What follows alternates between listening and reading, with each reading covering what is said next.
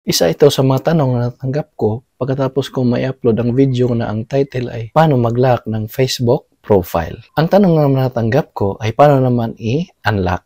Kaya naisipan ko gumawa na lang ng tutorial. Para sa lahat na nagtatanong ay isahan na lang ang sagot. Una, punta tayo ng Facebook apps. Ayan, kung nasa Facebook na tayo, dito sa may upper right side, yung tatlong linya, pindutin lang to. Then, scroll up. Pindutin itong settings and privacy. Pindutin itong settings. Then, scroll up. Ayan, under sa audience and visibility, pindutin lang itong profile locking. Ayan, kung mapapansin nyo, kung nakalock yung profile nyo ay nakalagay dito ay you lock your profile. Your photos and posts are more private.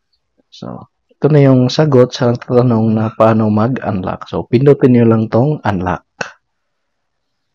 Ayan, unlock your profile.